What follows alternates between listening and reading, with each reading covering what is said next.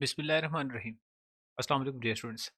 HSSC 2 के students जिन्होंने PPA का एग्ज़ाम देना है 2025 में फ़र्स्ट एनुअल, तो उनके लिए मैंने इससे पहले एक्सपेरिमेंट्स की कुछ वीडियोस बनाई थी और मैंने पहले भी आपको बताया था कि फेडरल बोर्ड ने जो टोटल PPA के एग्ज़ाम्स हैं उनको दो सेक्शंस में, दो पार्ट्स में डिवाइड किया है। तो पार्ट 1 में जो 6 एक्सपेरिमेंट्स थे उनकी वीडियो मैं इससे पहले बना चुका हूँ और ये आप एक प्लेलिस्ट पूरी मैंने बनाई हुई है, उसमें ये सारी वीडियोस देख सकते हैं। और पार्ट 1 में 9 मार्क्स का एक ही प्रैक्टिकल आएगा, ये पहले मैंने बताया था आपको। पार्ट 2 में 5 प्रैक्टिकल्स हैं और आउट ऑफ दीज 5 प्रैक्टिकल्स एक या दो प्रैक्टिकल्स में से 6 मार्क्स के क्वेश्चंस आएंगे। तो इसको हम माइनर प्रैक्टिकल भी कह सकते हैं पार्ट 2 के एक्सपेरिमेंट्स को। तो अब मैं स्टार्ट करूंगा पार्ट 2 के जो एक्सपेरिमेंट्स हैं उनसे रिलेटेड कुछ इन्फॉर्मेशन और कुछ क्वेश्चंस और वर्कशीट एक पूरी सॉल्व करेंगे। तो पहला प्रैक्टिकल है determine the time constant by charging and discharging a capacitor through a resistor. तो ये इसकी एक्सपेरिमेंटल अरेंजमेंट इस एक्सपेरिमेंट की ऐसे कुछ होती है कि एक कैपेसिटर के साथ एक सीरीज में हम एक रेजिस्टर लगा देते हैं और फिर उस कैपेसिटर को कनेक्ट कर देते हैं हम एक डीसी पावर सोर्स के साथ। उस कैपेसिटर को फिर हम चार्ज करते हैं और फिर पीक वैल्यू पर चार्ज करने के बाद उसको डिस्चार्ज करते हैं और चार्जिंग और डिस्चार्जिंग का हम टाइम नोट करते हैं। तो क्वेश्चंस देखते हैं। A student aims to calculate the time constant for a capacitor which is marked as 600 microfarad and he connects 10 kilo ohm resistor and a battery of 14 volt in series with the capacitor. तो ये नीचे कुछ values हैं जो कि capacitor को fully charge करने के बाद जब डिस्चार्जिंग शुरू होती है तो डिस्चार्जिंग हर 2 सेकंड के बाद डिस्चार्जिंग वोल्टेज नोट की जाती है। तो ये वोल्टेज की और टाइम की वैल्यूज़ आपको पेपर में भी इसी तरह गिवन होंगी। तो पहला क्वेश्चन है draw the circuit diagram of the experimental arrangement. तो सर्किट डायग्राम आपको पेपर में हो सकता है गिवन भी हो, लेकिन प्रैक्टिस के लिए मैंने एक क्वेश्चन ऐड कर दिया है कि सर्किट डायग्राम आपको अगर ड्रॉ करने के लिए कहा जाए तो आप ड्रॉ कैसे करें ये आपको पता होना चाहिए। तो कैपेसिटर, बैटरी और रजिस्टर ये एक टू वे स्विच के साथ लगाने हैं सीरीज में और फिर पैरेलल में हमने लगाना है एक वोल्ट मीटर। तो देखिए सर्किट को हम कनेक्ट कैसे करेंगे कि बैटरी से सर्किट स्टार्ट होता है तो पहले सबसे पहले हम बैटरी ड्रॉ करेंगे। उसके बाद बैटरी के साथ ही हमने एक रजिस्टर और एक कैपेसिटर को सीरीज में लगाना है। तो यहाँ से देखिए, यहाँ से एक वायर लगाई और उसके बाद यहाँ हमने ऐड करना है अब ये रजिस्टर और इस रजिस्टर के साथ ही सीरीज में हमने ऐड कर देना कैपेसिटर। तो ये कैपेसिटर और रजिस्टर ये दोनों सीरीज में आरसी सर्किट बन गया ये। उसके बाद यहाँ पे ऐड करना है हमने two way switch. Two way switch काम कैसे करेगा अभी बताता हूँ आपको। इसके ये दो कॉन्टैक्ट पॉइंट्स होते हैं, टू वे स्विच के दो कॉन्टैक्ट पॉइंट्स हैं और बैटरी को इस टू वे स्विच के साथ भी यहाँ से कनेक्ट कर देंगे। अब और ये सर्किट यहाँ से कनेक्ट कर देंगे रजिस्टर के साथ और फिर हमने एक पैरेलल में लगाना है यहाँ पे एक रजिस्टर वोल्ट मीटर। तो यहाँ पे एक टर्मिनल के साथ यहाँ वोल्ट मीटर का एक एंड कनेक्ट कर देते हैं और दूसरा एंड यहाँ पे कनेक्ट कर देते हैं। अब देखिए ये है ए पॉइंट, ये है बी पॉइंट और ये है सी पॉइंट। तो अगर हमने चार्ज करना है इस कैपेसिटर को तो ए और सी को हम आपस में कनेक्ट कर देंगे। तो उससे क्या होगा, जो बैटरी से चार्ज है वो इस रेजिस्टर के थ्रू बैटरी में से चार्ज जाएगा और कैपेसिटर को चार्ज करेगा। तो ये चार्जिंग वाला सर्किट जो है ये काम कर रहा होगा, डिस्चार्जिंग वाला सर्किट ऑफ होगा। और अगर मैं डिस्चार्ज करना चाहता हूँ इसी कैपेसिटर को डिस्चार्जिंग मोड पे अगर लेकर जाना है तो ये टू वे स्विच ही काम आएगा। अब टू वे स्विच में क्या करेंगे हम, अब सी को बी के साथ कनेक्ट कर देंगे। उससे क्या होगा, बैटरी कट ऑफ हो जाएगी तो कैपेसिटर का जो चार्ज है वही इस रजिस्टर के अक्रॉस डिस्चार्ज हो जाएगा। तो ये डिस्चार्जिंग सर्किट हो जाएगा। तो ये बहरहाल सर्किट डायग्राम है इस एक्सपेरिमेंटल अरेंजमेंट की। अच्छा जी, उसके बाद नेक्स्ट क्वेश्चन जो है वो है टाइम कांस्टेंट का। तो टाइम कांस्टेंट की डेफिनेशन क्या है, the time taken for the capacitor to charge to 63% of its peak voltage. 63% of the peak voltage पे कैपेसिटर जाके चार्ज हो जाए या 37% डिस्चार्ज हो जाए from the peak voltage. So ये टाइम है basically. So it is the time taken by the capacitor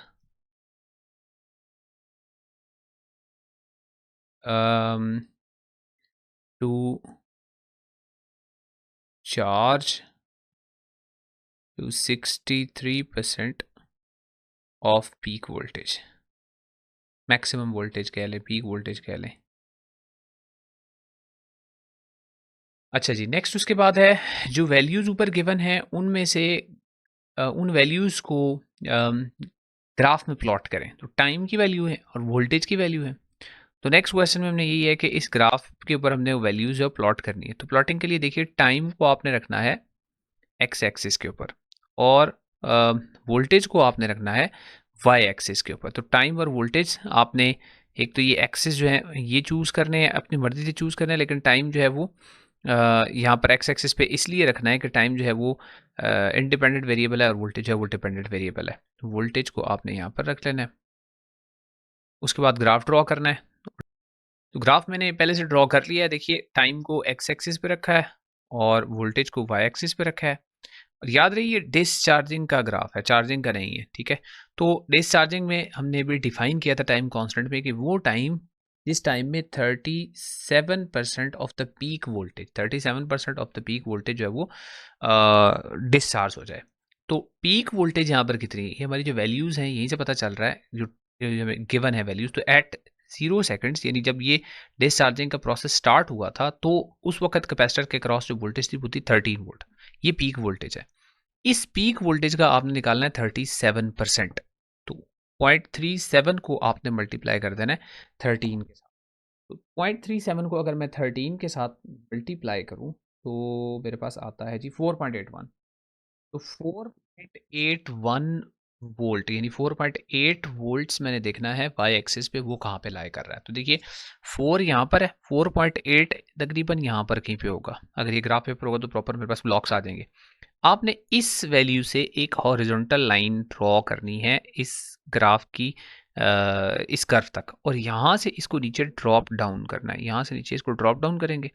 अब ये अगर एक्स एक्सिस पे जिस वैल्यू से मीट करेगा वो टाइम है, तो यहाँ पे तकरीबन 5 सेकंड्स आ रहा है। तो इसका मतलब इसका टाइम कांस्टेंट 5 है। अब अगर ये डिसचार्जिंग के बजाय चार्जिंग का ग्राफ होता तो देखिए चार्जिंग का ग्राफ जो है वो कुछ ऐसे करके ऊपर जाता है, इस तरह का होता है चार्जिंग का ग्राफ। चार्जिंग के ग्राफ में आपने क्या करना था, आपने पीक वोल्टेज का 63% निकालना था। तो 63% of the peak voltage which is again 13, तो आपने 0.63 टाइम्स 13 करना था।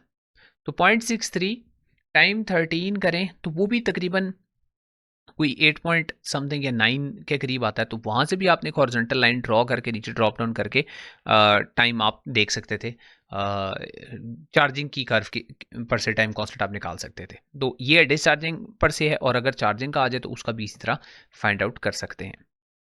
नेक्स्ट उसके बाद है जी what is the actual value of the time constant. Time constant की एक्चुअल वैल्यू कैसे पता चलेगी। तो टाइम कांस्टेंट आपने पढ़ा हुआ है कि ये होता है product of the resistance and the capacitor's capacitance, T equals to R C होता है। तो अगर आपको याद हो तो इसमें वैल्यूज दोनों गिवन है, 600 माइक्रोफैरड है और 10 किलो ओम्स है। तो 600 माइक्रोफैरड और 10 किलो ओम्स को आप मल्टीप्लाई करते हैं, 10 किलो ओम्स इंटू 600 माइक्रोफैरड। तो हमने माइक्रो और किलो को कन्वर्ट कर देना है, तो 10 इंटू 10 पावर 3 हो जाएगा, और 600 into 10 power sorry this is micro farad, तो ये हो जाएगा -6। तो अगर आप इन मल्टीप्लाई करें तो what do I get, 10 into है 10 पावर 3 और 610 -6, तो इनको मैं अगर सॉल्व करूँ तो मेरे पास आता है 6 सेकेंड्स। ग्राफ से मेरी वैल्यू जो है वो तकरीबन 5 या 5.12 कुछ इस तरह की आ रही थी वैल्यूज़। तो ये है 6। अब एक्चुअल वैल्यू और जो कैलकुलेटेड वैल्यू है उससे हम परसेंटेज एरर भी फाइंड आउट कर सकते हैं। कैसे फाइंड आउट करते हैं, परसेंटेज एरर का फॉर्मूला वो होता है जी difference between the values.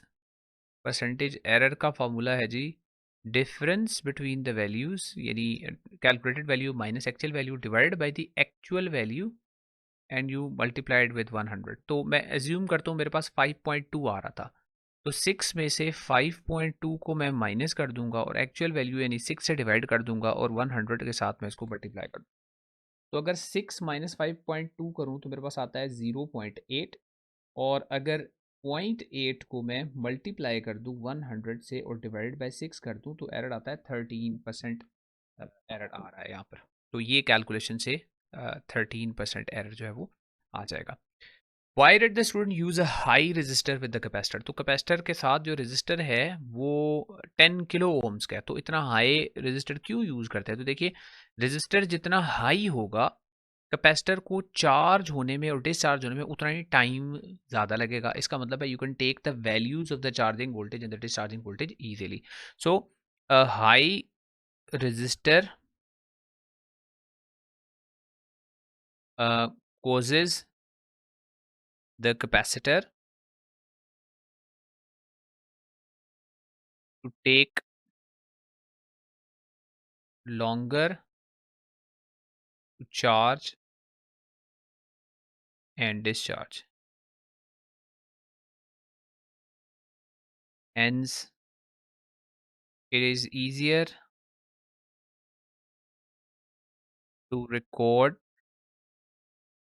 the time voltage values. Time voltage जो वैल्यूज़ हैं उनको रिकॉर्ड करना जो है वो आसान हो जाता है।